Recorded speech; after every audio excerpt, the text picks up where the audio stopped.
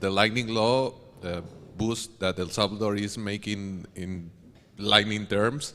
So you are going to be enjoying a really great panel with these amazing Bitcoiners. It will be moderated by Jeff Gallas. So Jeff, if you are ready.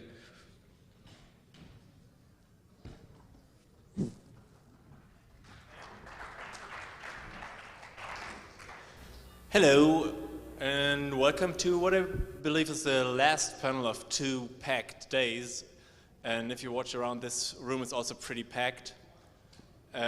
We are going to have a panel on the topic of the Lightning Law in El Salvador. What? El Salvador's boost for Lightning. Okay, there was a little dash. And we have 3 panelists, I guess including myself, it's 4. Please have a big round of applause for Desiree.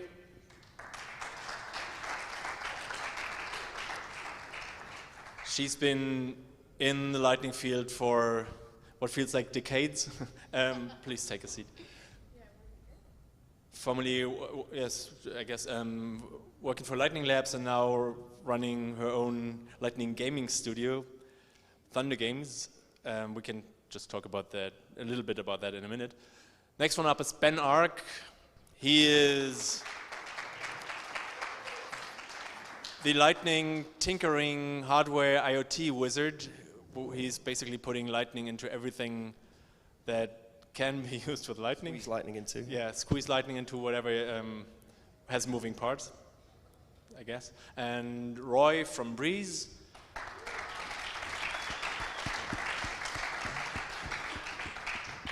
Who is the developer of Breeze Wallet, a mobile wallet. I'm not a developer. Oh, actually. I'm sorry, the creator then, the CEO, the CEO.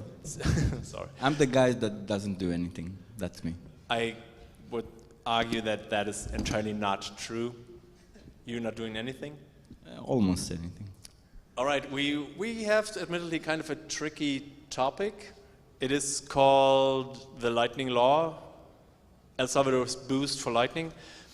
And we just talked a lot. First off, did you want to add anything to the introduction you want to get off your chest? So it's like. I mean, I'm not a legal expert, so. No, yeah, but I mean, but then we can talk from our own experiences, definitely from what we experienced last year and what we experienced this year and how it's been implemented.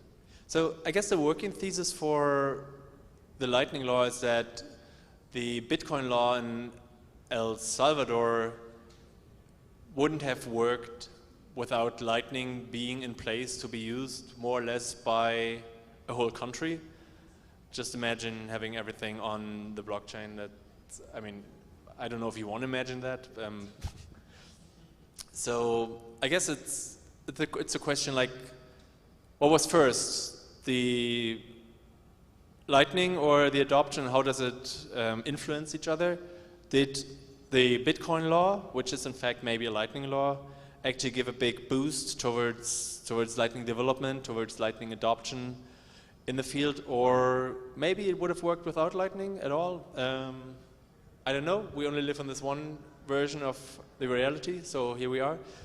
The one thing we have in common is that we've all been working on Lightning for a while, and we all were participating in adopting Bitcoin last year. So we had a fair share of on-the-street exposure. And I guess it's a good idea to maybe start off with some anecdotes, some stories, like how you experienced the appearance of the Bitcoin law or the Lightning law on the streets, on the field. Like, what was your impression last year? And I know you have at least you have a good story to tell regarding your shopping experience, maybe one of the first ones. So maybe you start off with just how was it when you came here 1 year ago when you went to a shop? Yeah, you mean the Chivo Socks kind of experience, right? Yeah. So last year we were here. I was having lunch with some Bitcoiners in a restaurant. They tried to pay with Chivo.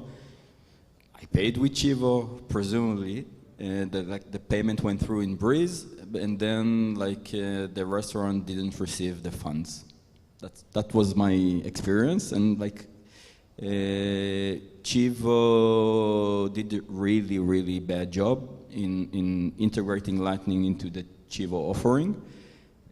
So we actually couldn't find a way to pay in Lightning, so it falled back to on-chain transaction.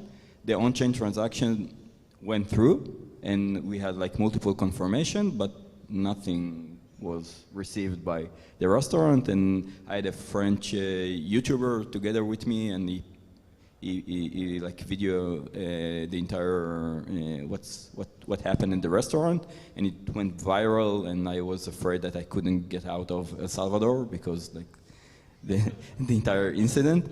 Yeah, I don't think things went like it didn't improve with Chivo. By the way, I tried to pay here to Chivo. Did or did not? It didn't. It didn't. Chivo still sucks. Sorry, Bukele. Chivo still sucks. You need to fix Chivo because it's still the default. It's still on-chain experience, and you can't really easily pay with Lightning using Chivo. And to answer your like leading question, I don't think we can have Bitcoin adoption without Lightning. I don't think it's possible. Okay, that's it. Thank you. No, why I was kind of going for that story, there was a bit of a twist that you let out when you tried to fix it. I think, wasn't it that somebody called the Chivo hotline? Yeah. It was entire, like it was a 30-minute video of us trying to call the Chivo support and trying to work with we actually read the transaction information like character by character to the Chivo support. Like the entire transaction, yeah, and that was crazy. It could like they owe me $50. I think Chivo owes everybody from last year a bit of money. And the thing was that when you were talking on the hotline, they were like, yeah, did you use Chivo to Chivo? And you were like, no, I used Breeze. And they were like... They were like, yeah, this is a Breeze problem. And I said, like, I'm the Breeze CEO. So yeah, crazy.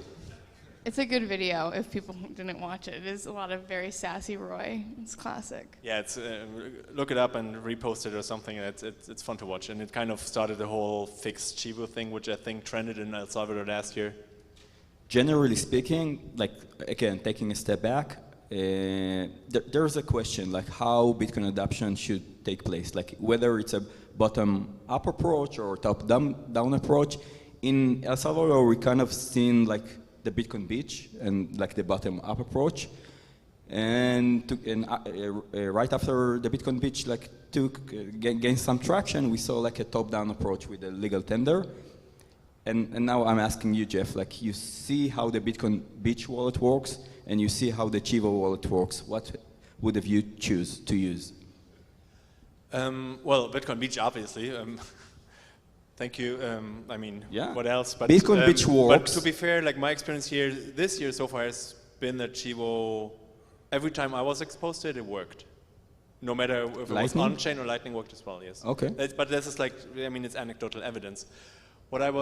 So you were here last year as well. Like, what were you like first? Maybe, I mean, it doesn't have to be a bad thing, you know. Maybe you had like an experience where you're like, wow, this is great. It's actually working, like right from the start. I mean, I didn't have any bad experiences last year, but there weren't, not everyone who I was running into was accepting Bitcoin either. So I think to me, that's the biggest change, that I think we only paid like for a few things with Bitcoin, but this time, you know, we had a driver and, you know, pretty much everything that we've done, which isn't a lot, we've been able to pay with Bitcoin, and it's been successful. But that being said, I heard these horror stories, you know, of people losing money and ending up in the ether somewhere. So I mean, I think it's, you know, clearly progressing, but you know, for it to have such national attention, I think, you know, there is a lot of validity with, you know, a lot of, you know, Salvadorans questioning what's going on in the rest of the world, kind of, you know, just creating a lot of FUD around it. So I think, you know, we're on the ground, we can see progress. I mean, I don't know, maybe Roy, Ben, I think there's been a little bit of progress, but again, it's like a new technology. I remember it was not that long ago in 2018 when like payments were failing all the time, just in general. So, you know, I think these things just take time. Yeah, I think that, Chivo is what to be expected when you have a government create a wallet and they want the functionality where you can like send to an ID or however it worked. You can send to a phone number as well. I had the exact same experience with Chivo. And then I had some conversations with people I think who were involved with Chivo, or not with Chivo, with the service which Chivo were actually using. And there was a webhook which was sent back, or a WebSocket connection or something. So when the transaction confirmed, it would then send something back to Chivo. But for some reason, they just didn't implement that bit of the, that endpoint for some bizarre reason.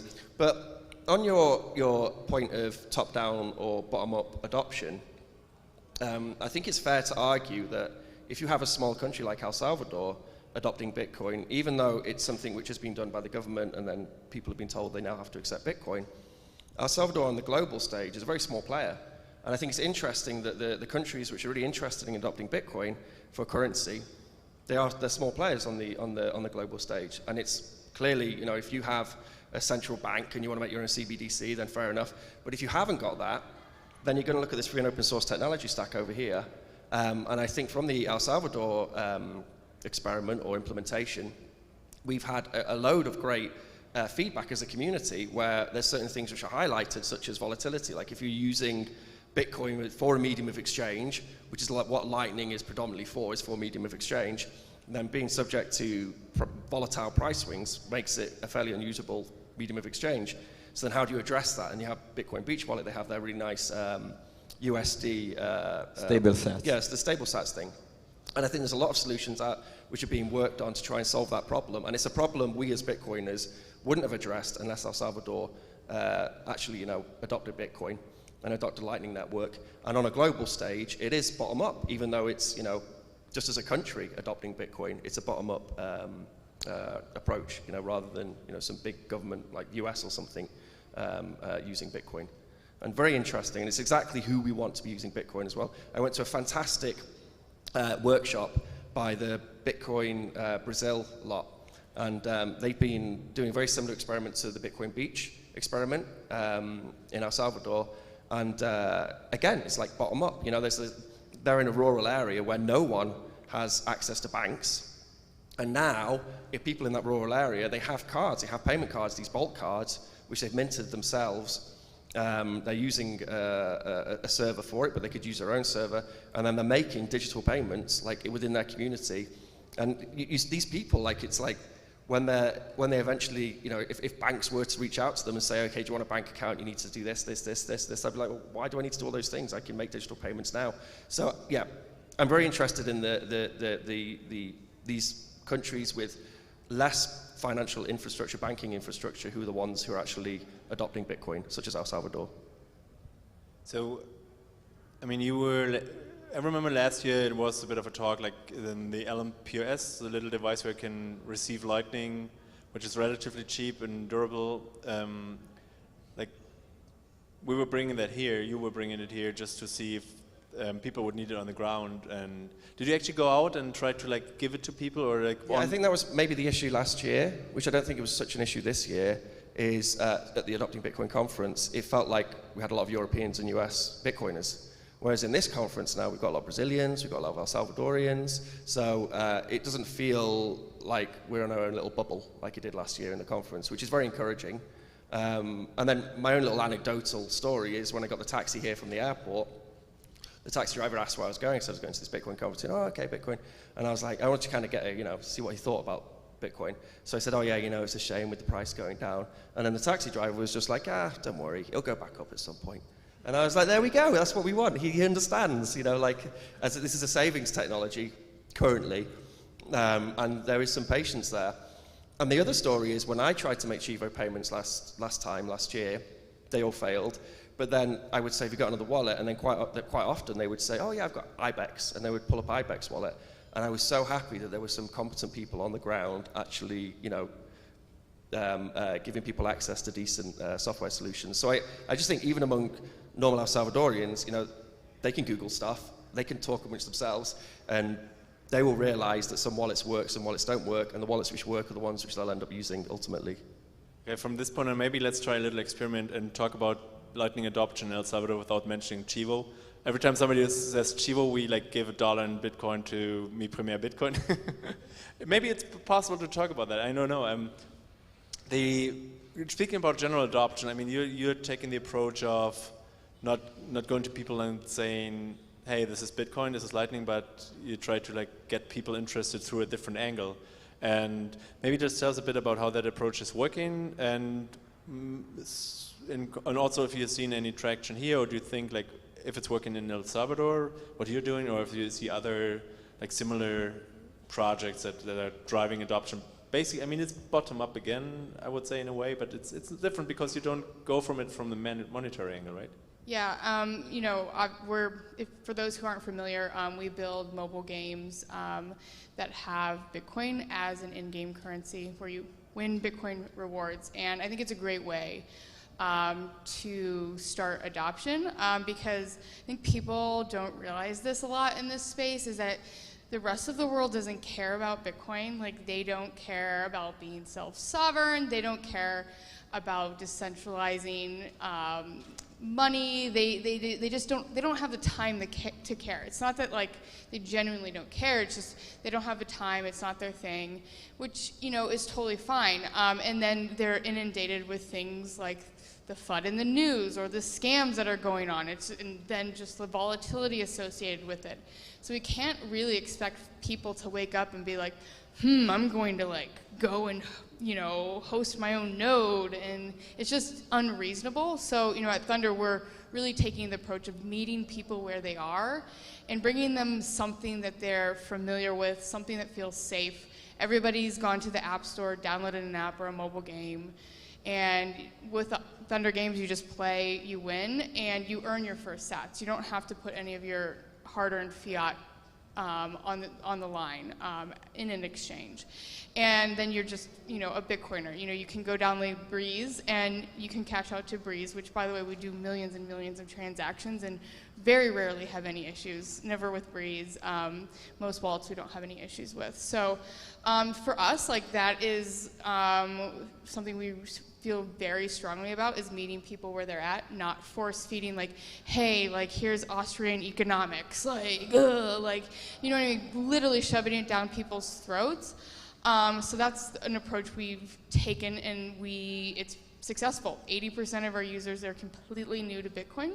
They actually stack their first sats with our games, which I think is really powerful. But another thing that, you know, I would love to also get everybody else's take is just the word Lightning. We've stopped using it completely because it's just this layer of confusion that we add on to everything. You know, people are like, wait, what? Like, I don't understand. Like, there's this other layer. Is this a shitcoin? Are you scamming me? Is this an NFT? Literally, they ask these questions. Like, they ask if they can send their sats to MetaMask. These people are very, very new. And so we've just totally abstracted any conversation about the Lightning Network unless people ask. Like, we have those resources, but we just present them. Here's what a Bitcoin is, and a Satoshi is a denomination, and that is simply it. And it's just really streamlined the onboarding process for us and been super successful. But I know people are not always super happy about taking away the distinction, which I appreciate too. So, just curious. Yeah, I think I agree. I mean, I do agree. So with in LM Bits, we have a bunch of extensions, and like you can make, you know, a faucet payment withdrawal link. And the extension is called LNURLW. And then when people install LN Bits and they see those extensions, there's one called LNURLW, there's one called LNURLP, and then there's one called LNURL device. And it's like, okay, cool, we were trying to push that we're using this LNURL protocol, which sits on top of Lightning, but actually it's very disorientating, and we need to change the names to just withdraw link, pay link, you know, like Bitcoin device or something. So yeah, I think it is good. Now Lightning's established, and now even like something like LNURL is established. I think maybe it is a good idea to just, I mean, I did it with my Bitcoin Switch project. It used to be called LNURL Switch, then it was LN Switch, and now I call it Bitcoin Switch. So yeah, I agree. Yeah, I agree as well. We don't use the word Lightning in Breeze, actually, although keep in mind that we're still inside our echo chamber, inside our community bubble, and when you talk to the Bitcoiners, you do need to use Lightning. They expect you to use the word Lightning. When you interact with external audience, then it's Bitcoin. It's not Lightning. So this double talk is kind of confusing. I definitely agree. Bitcoiners and their pronouns. Yeah. I want to curb the enthusiasm a bit because I'm a bit disappointed with the adoption of Bitcoin at El Salvador. Like, I'm not happy with what I'm seeing this week. Okay, well, what are you seeing? Like what? I don't see a lot of excitement about Bitcoin. I see a lot of merchants that don't want to accept Bitcoin. So I'm not sure the experiment is working. So I think the jury is still out.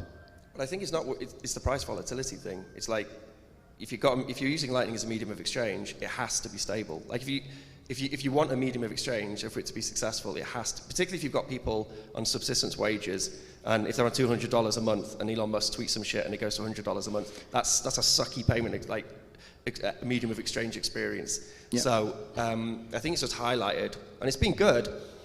If they adopt a Bitcoin, and then if Bitcoin continued to just skyrocket upwards, then we would see adoption, and people wouldn't complain about the price, but then one day it would come down. And I think it's good that we've had this year of just, bear market, and they're learning about it by osmosis, and we're having to tackle that problem of stability. I have two issues with that. One is the fact that we're replacing all banks with new banks, basically. Chivo allows you to do stable sats. That's $1.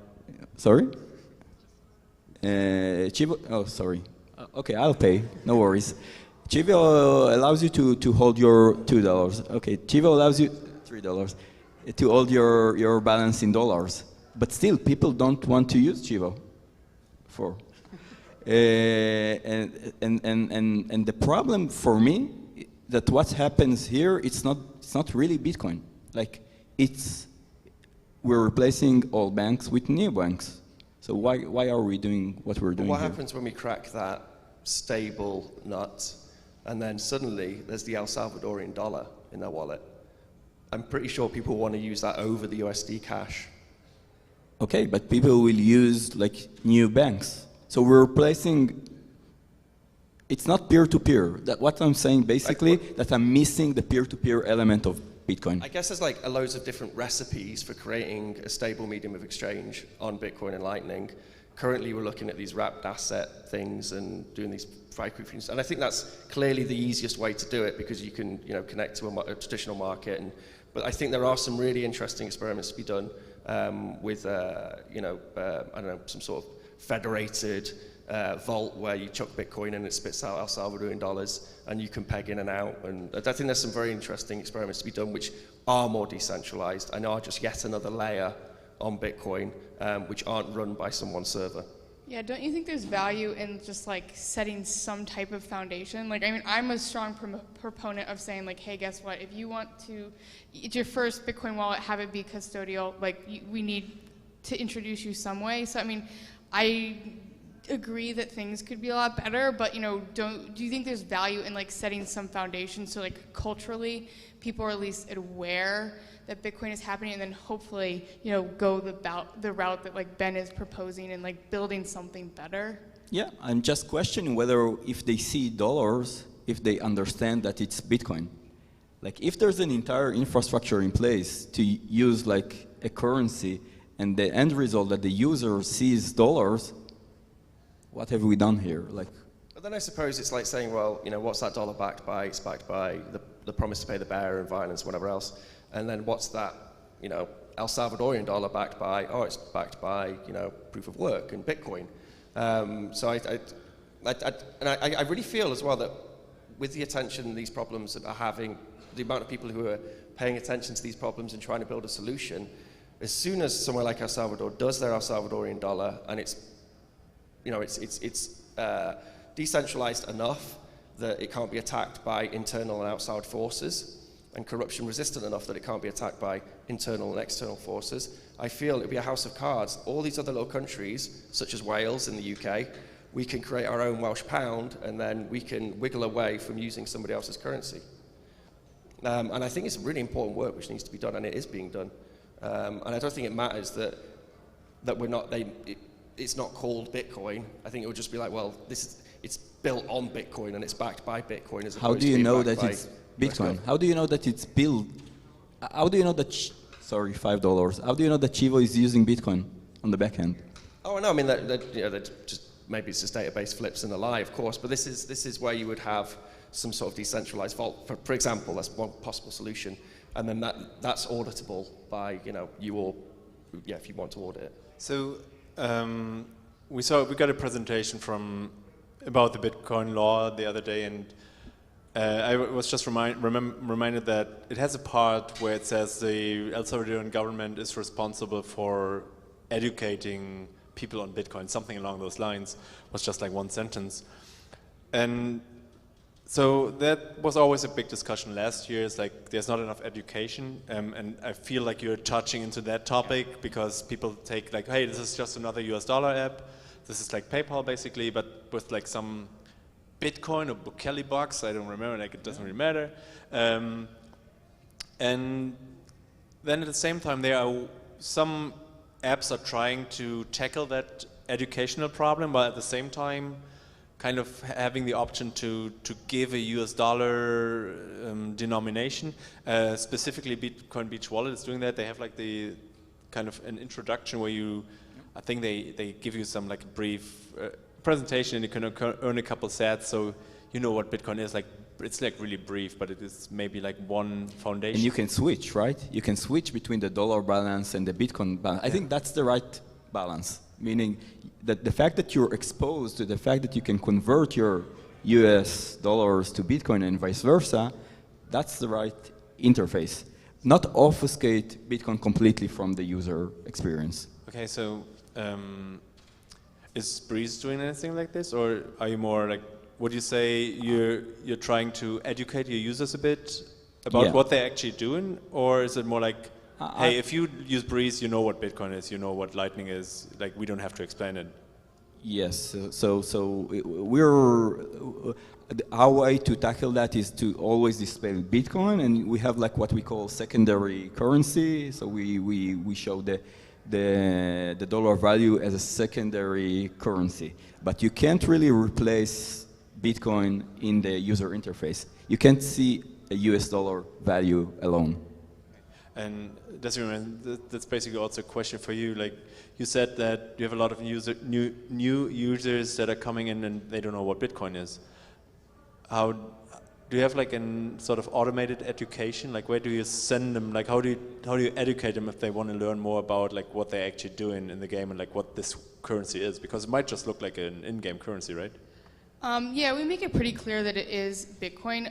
We could do a lot better on our education tutorials, and that's definitely in our roadmap. There are like small, very brief tutorials, and then FAQ. There's a lot of the education that we do in the community, in our Discord, which our community manager, Cody, does an amazing job of. So we could be doing better, but one thing I've recently looked at here is, they only need to know the basics. Like, here's what Bitcoin is, like here, here's where you can send it, here's like what custodial is, non-custodial, et cetera, but I've started thinking a lot about like why, like if I would feel okay suggesting to someone here to start accepting Bitcoin at a business, because I know how hard it is to keep Bitcoin on the balance sheet and how volatile it is. And this is like talking about venture-backed companies, but if I'm, again, like a sustenance worker or, like I'm, running a super small corner shop, it's like, okay, cool, like I've been accepting Bitcoin all day, but like now what?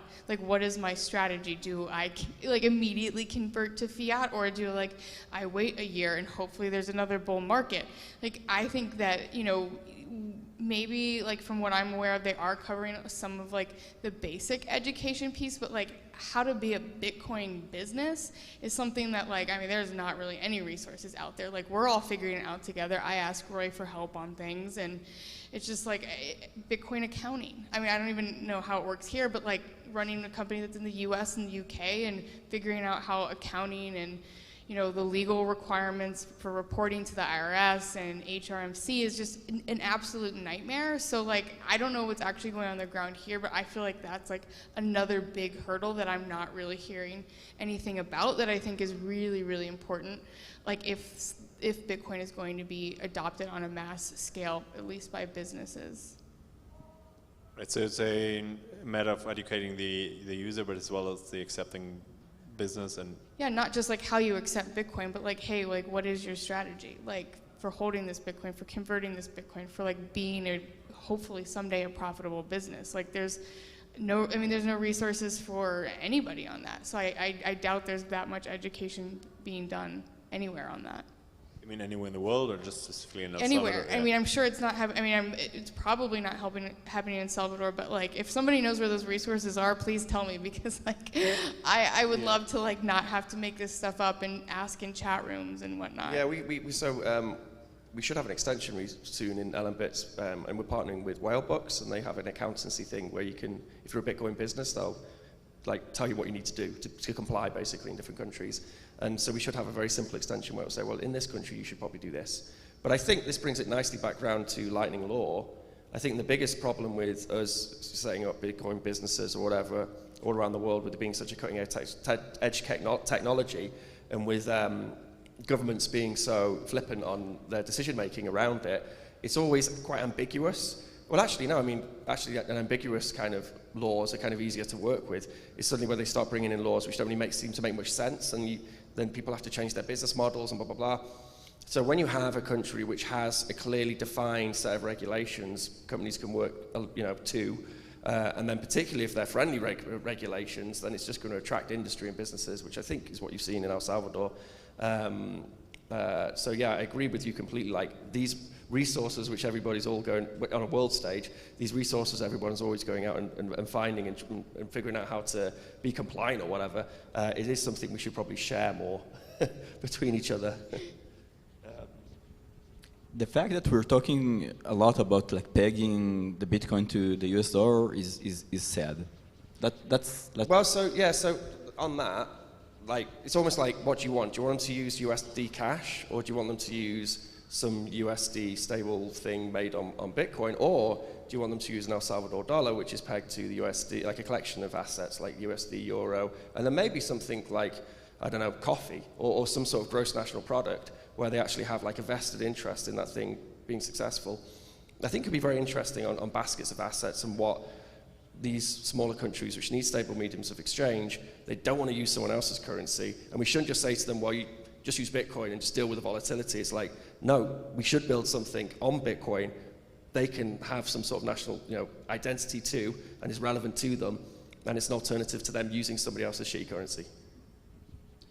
So one thing that just came to my mind was, on the upside, what Lightning did for Bitcoin is that the user experience, the payment experience has drastically improved. Because I mean, there's all this talk about zero confirmation and how that it works, but it's theoretically not safe. But with Lightning, what can be done is like you have instant payments, and you do not have the extra hassle of explaining people that they might have to wait for confirmation, or you have to like be in a shop. Well, also, I mean, like we're out competing. Like when you see those Bolt cards and you see those NFC payments, and it's faster than Visa.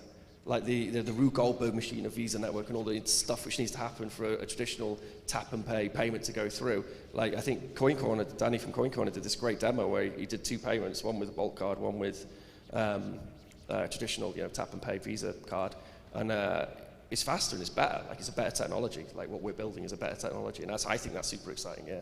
Also, if you compare like the Lightning experience this year from last year, I think like from an infrastructure standpoint, you see a significant improvement in the speed, in the robustness. Like I have 100 success rate this week with using Breeze, and that's amazing. Like I never had that ever.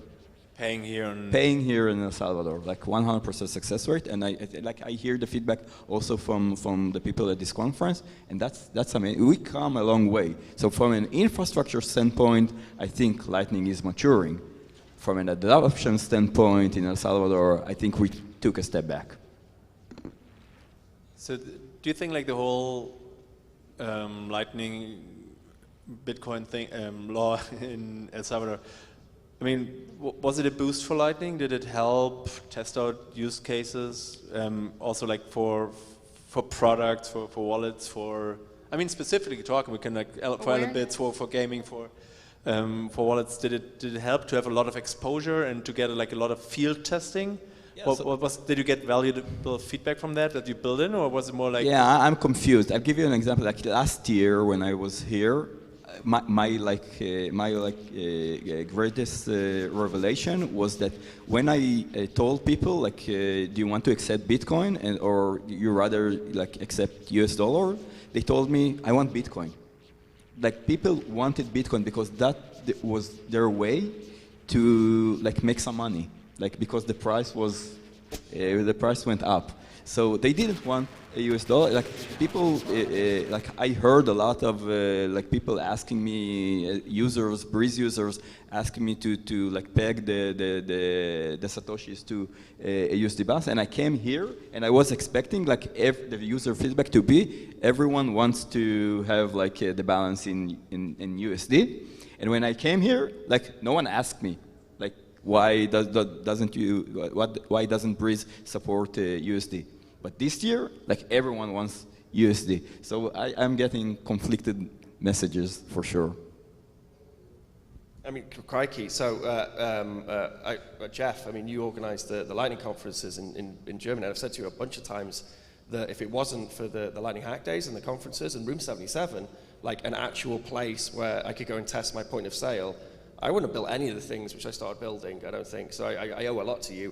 But I remember last year being with Christian Rutzel, and we're in a rooftop bar, and I said, dude, like, a lot of these things which we've built, like, were from Room 77, just one bar in Berlin. Like, fantastic bar, but just one bar in Berlin.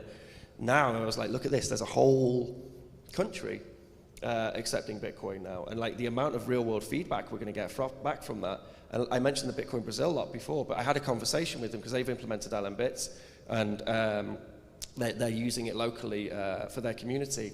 And the feedback they gave me, I was like, you're basically now going to become our bosses. You just tell us what we need to do, and then we will build those things because you have the insights they had were absolutely insane. So real-world use is so important for informing design decisions. Checking the balance of the NFC card, for example. Yeah, exactly. Yeah, exactly. That sort of stuff. Jeff, I know, I owe so much to Jeff.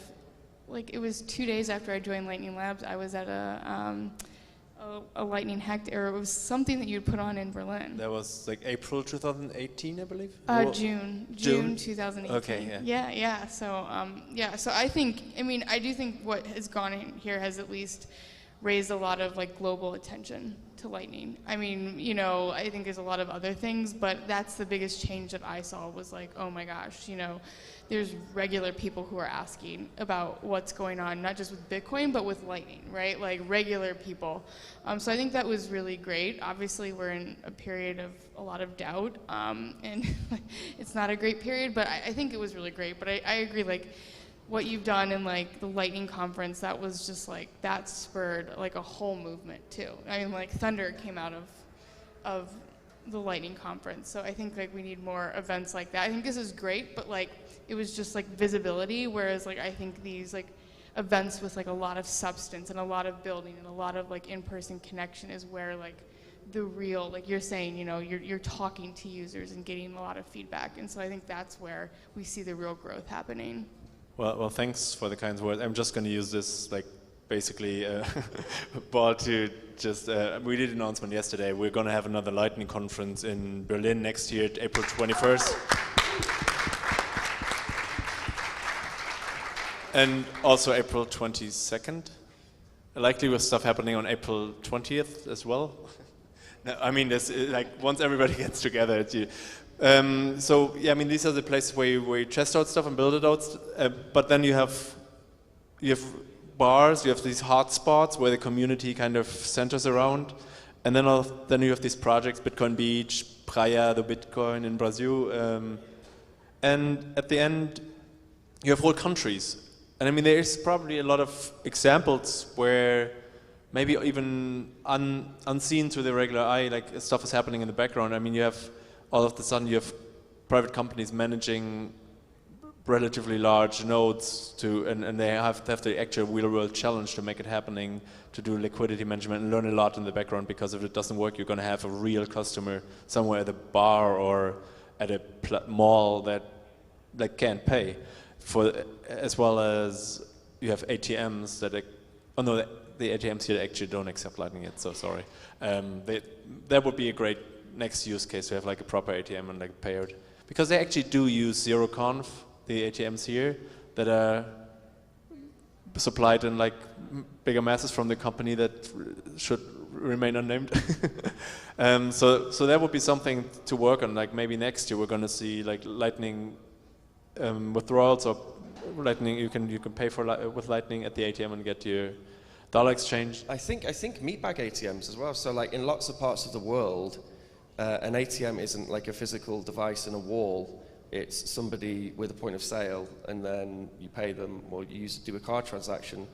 Like in lots of parts of like Nigeria, that's what an ATM is.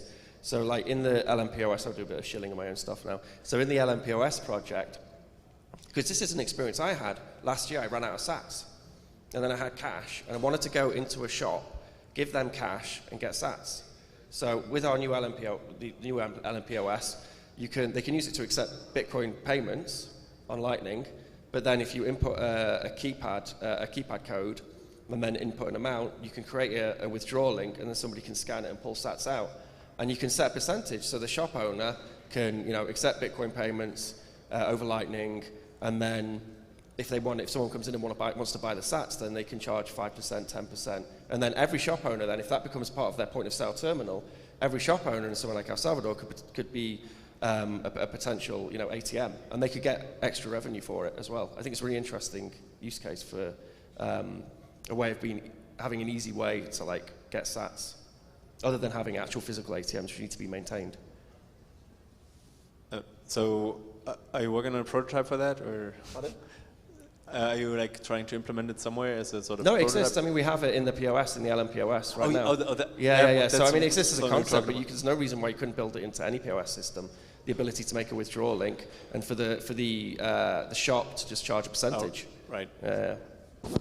So I mean, maybe looking ahead a bit, what like coming here again next year in regards to specifically Lightning integration, like not taking into account maybe street adoption, just in general, like technical advancements. Like what do you think? Like what would you like to see, and what do you think is realistic that will be implemented by next year?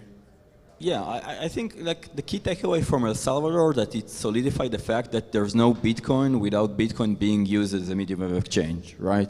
So we need to make Bitcoin work as a medium of exchange, and there are still problems in the Lightning infrastructure that we need to solve in order to make it more robust, more reliable.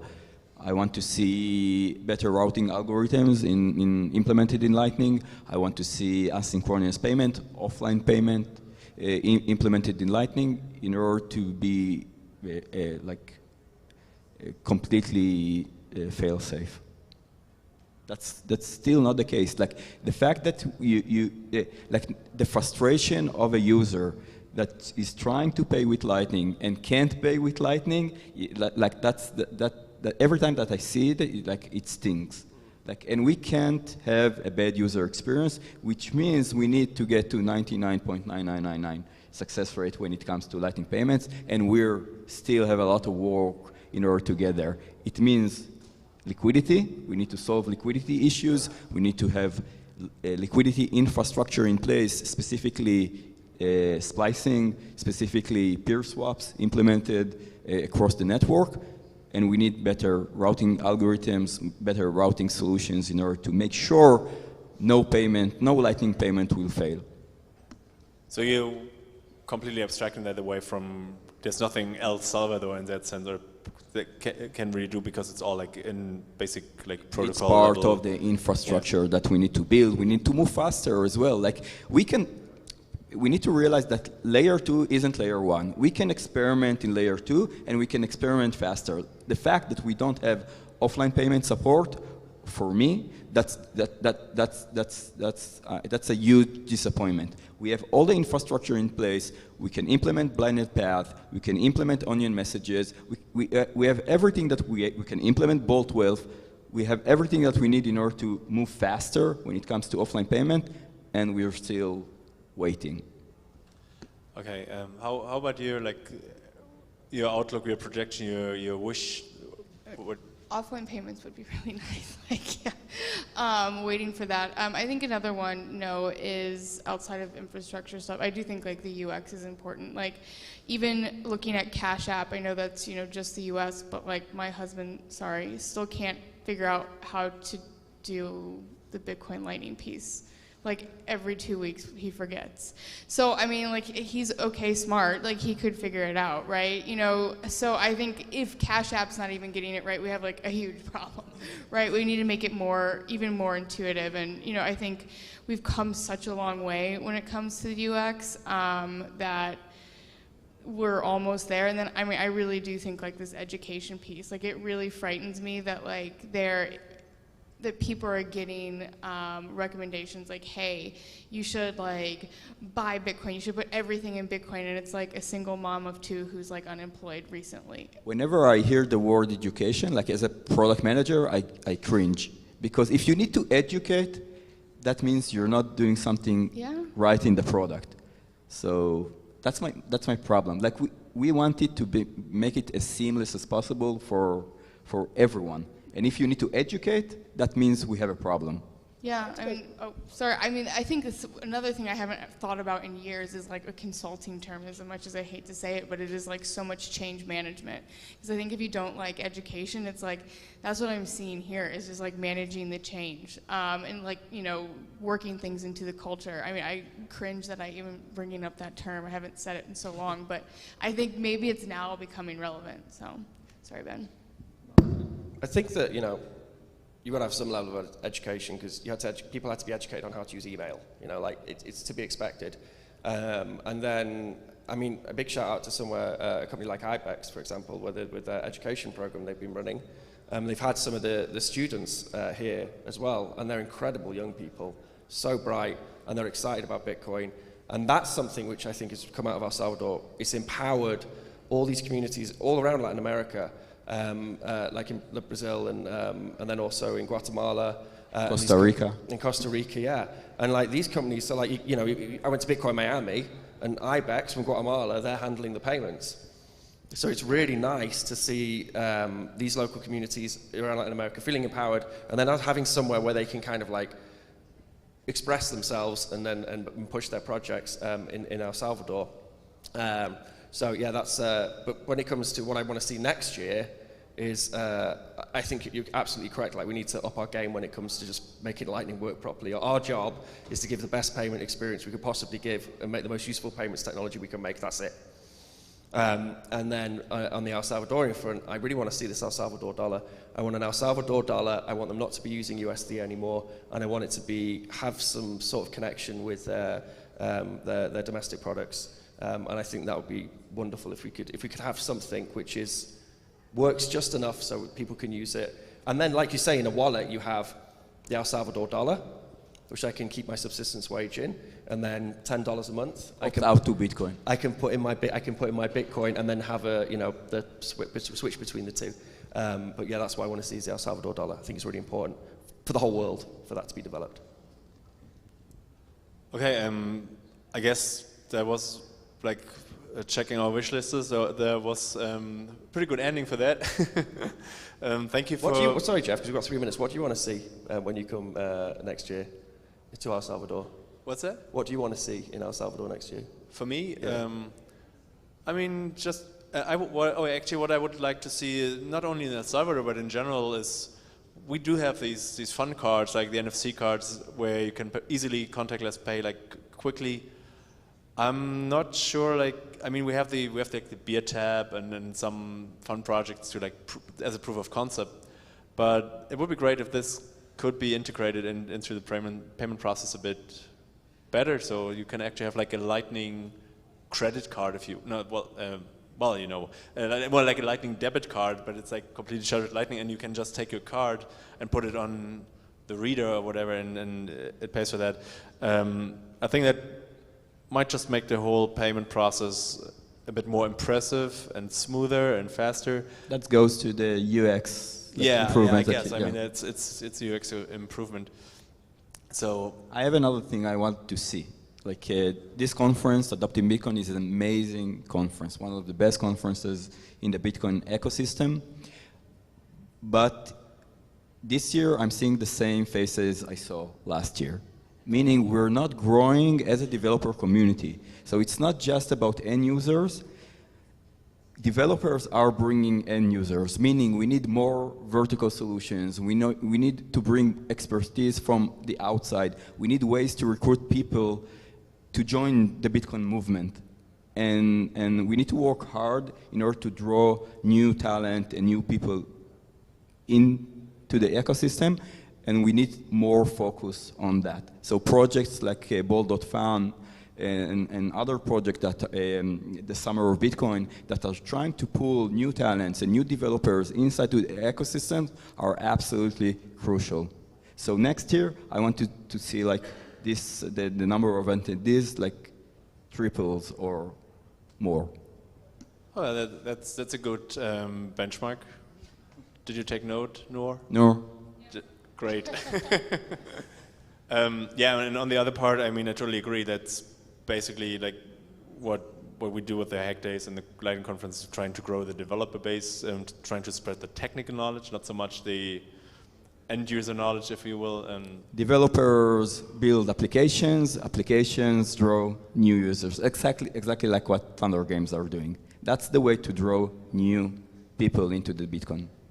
And another thing to answer the question, I also think that we need to abstract away Lightning. Like, I like to talk about it, but it's so much easier if we just stick with Bitcoin and the end user doesn't have to bother about like what the app or how the process actually works in the background. So Lightning is an implementation detail. Like, who cares? Exactly. It's like people actually, like Desiree is right. Like, people don't care about Bitcoin, so you want them to make them care about Lightning. Like, so and another great thing that I always like felt it was important for conferences, being in El Salvador, was that in the meantime, now we can actually pay all your stuff at the conference and around the conference because of the country in Bitcoin, which is not, sadly enough, not the standard for Bitcoin conferences yet.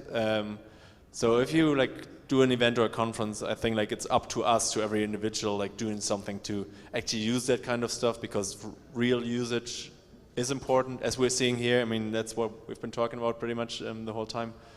So this is, Adopting Bitcoin did a great job implementing payment solutions all around in the conference, and because that's what impresses people, and there's still a lot of people that use the Lightning for the first, or Bitcoin for the first time, and if it's like quick and it actually works and they don't have to worry about it, it's the best experience. Actually, don't give away free food, like charge 1 Satoshi for... All right, well, thank you for joining us on this last and I guess closing panel. Thank you for sticking with us. It was, I hope you learned a thing or two, and it started like some mental. You want to take questions? Oh, did you want to? Is there a question? Yeah. Yeah. I guess. Or just yell it and we can.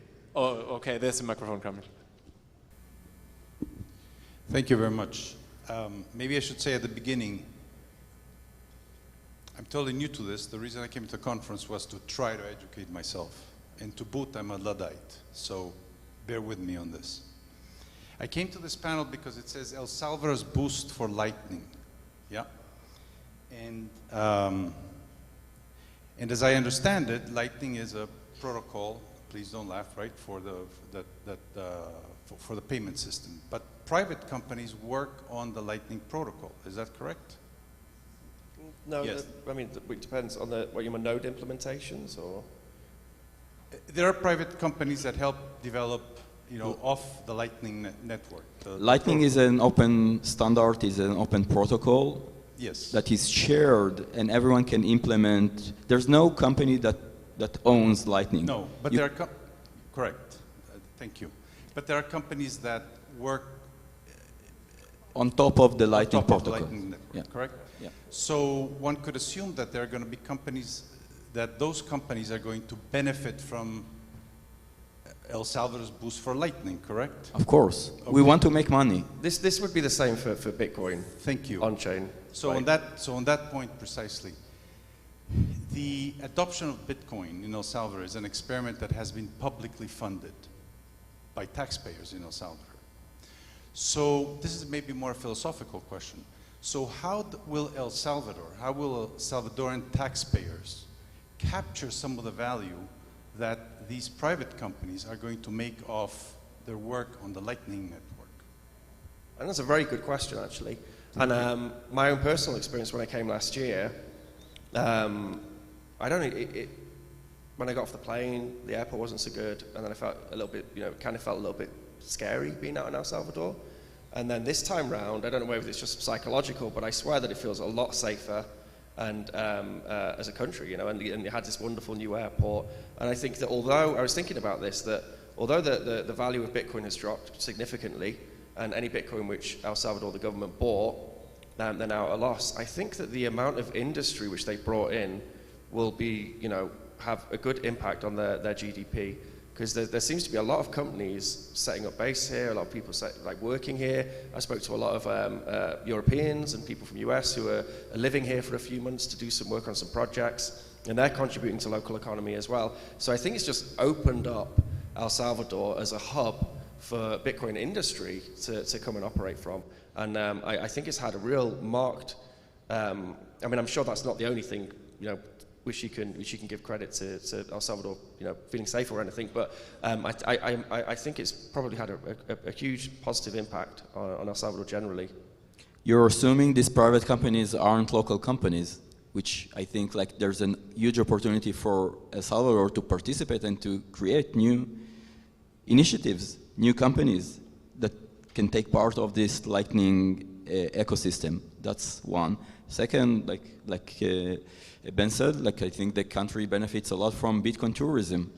A lot of Bitcoiners are visiting, working here, working with local talent in order to develop these solutions. I also think in terms of people the citizens may themselves not be profiting, but I think the fact that they now have easier access than most of the world to Bitcoin, they are going to maintain the wealth that they have.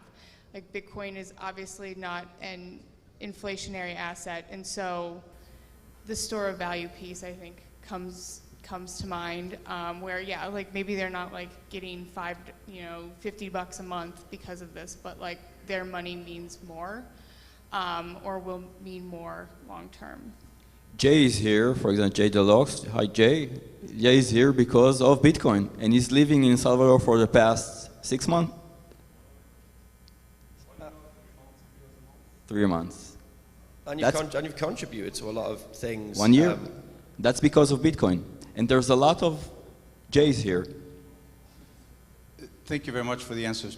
Perhaps since you were talking about the conference next year, a suggestion, if I might make it, to allow more Q&A. I think that this and some only other panel are the only ones where there has actually been Q&A, and I think that is helpful. So thank you. Thank you. All right, on the topic, was there another Q we can give an A to? Okay, there. Sorry, let this be the last one, and then we just go out to party and stuff. It's been a long day. Yeah, I'll keep it short. So on the topic of adoption, one thing that seems intertwined with El Salvador's adoption and feeling about Bitcoin is the politics behind it. It seems like I'm relatively new to the El Salvadorian scene, but at least on Twitter, it's those that are in favor of the Bitcoin movement are also in favor of the government, and those against are against the government. I would love to hear y'all's opinion on that and just the relationship between the Bitcoin adoption and kind of the political landscape. I'm not sure if I'm answering your question, but I very strongly believe that being a Bitcoiner shouldn't mean anything else. It shouldn't mean like, hey, I eat meat or I hate this. Or I mean, I personally hate all governments. I hate the Fed. There's lots of things that I hate, but I don't think that because I'm a Bitcoiner, it should inherently mean that I'm anything else. Like, I'm not full of testosterone and like doing crazy stuff and thinking about the feminine divine energy that I hear on Bitcoin Twitter. So I think it's like, I think we need to remove those things. I think it will make Bitcoin seem less cultish, but I think being a Bitcoiner means something different to everybody, but it ultimately means you're a Bitcoiner and you're free to be what you want, and you're free to do with what you want with your Bitcoin as well, which I think is the real power in Bitcoin. All right, thank you very much. Have a great rest of the day. I think there's a couple of parties planned, the big one outside in the courtyard. Noor, did you want to say anything? Yeah, okay, so we're going to get off stage. Thank you for your attention. Thank you for being on this panel.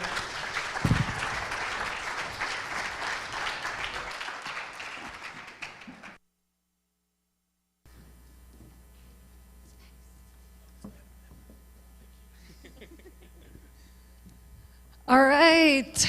So I guess thank you all for having joined us this year again at Adopting Bitcoin.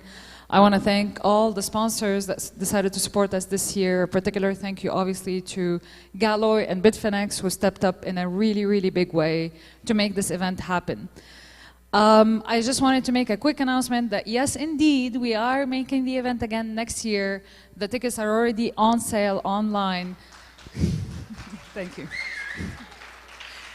From November 7 to 9 of 2023. So I hope to see you all there. I hope you rush to the website. And because we're so happy that this last 2 days were so good and the energy was so positive and there were so many great people that came from all over the world, there will be a happy hour at 6:30 in the terrace. So I hope to see you all there just to socialize and get ready for tomorrow in Zante.